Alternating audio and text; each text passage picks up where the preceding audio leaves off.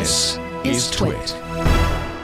Now, you mentioned Mr. Joe McNally, another just love that guy, legend here in the photography world, who just got back from the Olympics not too long ago.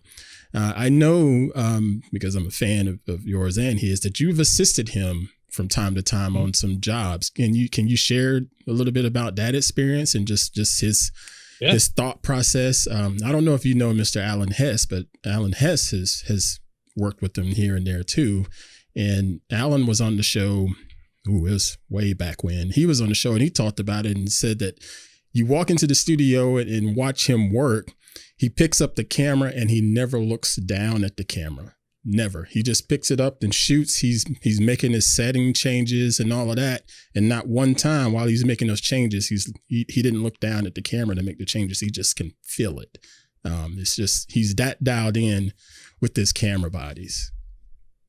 That's interesting because I actually don't see it that way. Like, I actually just went live with him last week on Adorama, and saw it on Instagram. You know, Joe. Yeah, well, that was a mess. We were both tired and rushed that, but the Twitch episode was pretty good. We just hung out and talked about lighting and lit up a mannequin. Joe, one, I still can't believe I can consider him a friend, and he's the kind of guy that'll call you just to check in on you. Like, right. He's just amazing of a human being. And because of that, so many people like working with him. And because of that, whenever Joe wants to do something big, he's got 1,000 strings to pull, and people just want to be a part of it. Right. I can see that. For me, yeah, it's bananas. Like, Joe still to this day acts like day one, blue collar. I've got to make this shot happen. No, set it up for me and I'll walk in. It is, Joe will grab a 40-foot ladder and drag it over when he needs it. Like, Joe's he actually, it's funny because at an Adorama event, I didn't want to finish the shot that we were trying for and I needed a ladder. Joe disappeared and he wouldn't let me off the mat. He just made me get on this ladder and finish the stupid shot. I hated it. But Joe believes in you. He'll stick with you to the end. But if I had to say Joe's like anything, Joe 100% to me is like the Spielberg of photography. He's looking at a shot as if he's telling a lifetime of stories in a frame. And when I say he's not what you described as not looking at the camera, it's because when we're building a shot, like if you look at the diner episode that we did, he must have taken frame after frame till he saw what he was looking to get. Places in a light, shoot. Places in a light, shoot. Figure it out. He knows where to put the light. He knows what he wants it to look like. He's just got to get it there. But you're talking about a guy using $2,000 lights at one at a time as paintbrushes. Yeah. It is so amazing to see someone having the opportunity to be at that level. But Joe, what I don't think gets credit for enough isn't the lighting, isn't the tech. Yeah, Joe, you're good. I love you. I love you, Joe.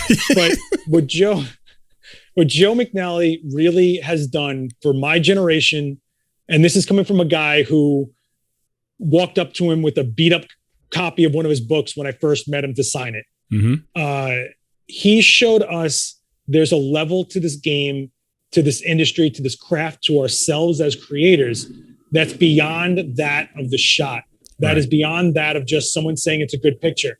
The man saw 9/11 happen in our hood and said, I'm going to do something. And he had life-size Polaroids that were $300 a shot of every first responder he could get, every survivor he could get, and did the 9/11 portraits and shot it in a life-size Polaroid. That's someone blinks, you're starting over.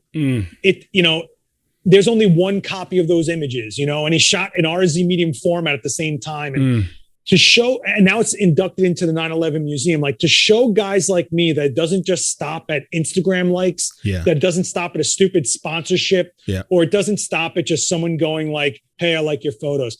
Joe doesn't need to hear that. Joe wants to show people these eras and these moments and these times of humanity.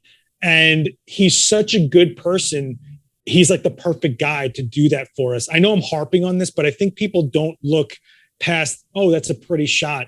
They have to realize what he went through for some of those shots, what he's trying to bring to the forefront. And, I was a grimy kid shooting guys jumping on kids' bikes. And he just showed me there's a bigger picture here. Oh, that's a bad pun. Oh, damn it.